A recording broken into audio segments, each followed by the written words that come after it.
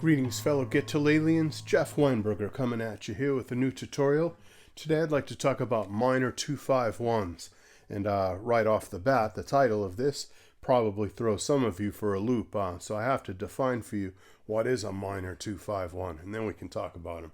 So 2-5-1 in general, that just refers to three chords in the key. So like if you're in the key of C, we know that D minor is the 2 chord.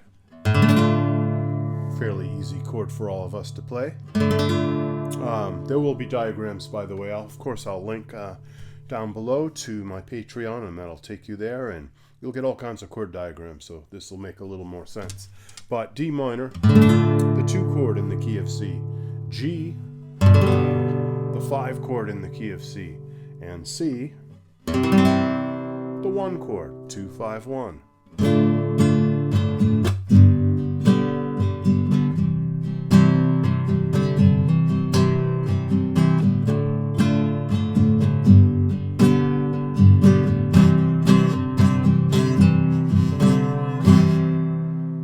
Pretty normal, pretty common sound, nothing scary or anything about that.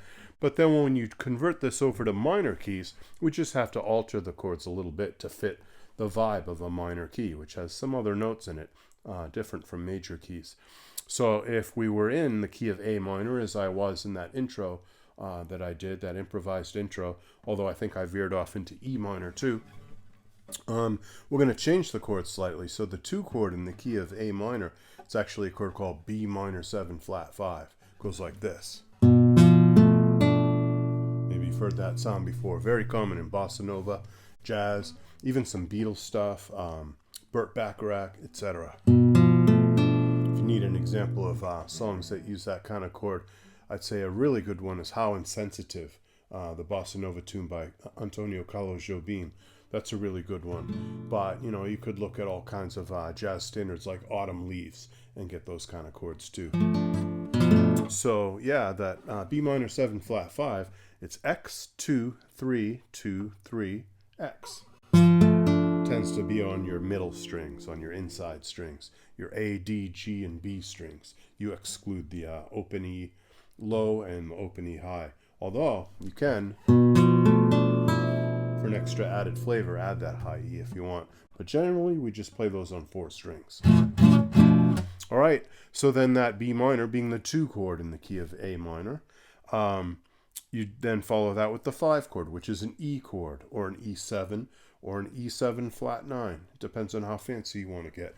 So just plain old E7 there, or just plain old E there would be okay.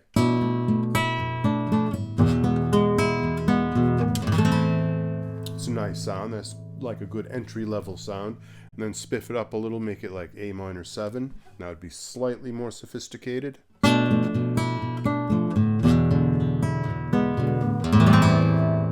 Make the E chord an E7, and that's slightly more sophisticated.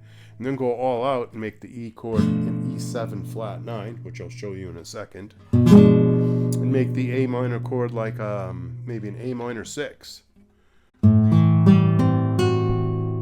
Mysterious, more kind of modern sounding, at least modern as far as modern 20th century, 50s, 60s, etc. Here we are way into 2024, so maybe what used to be considered modern isn't anymore. That was modern back in the 50s and 60s, but then it was radical to hear those kind of sounds.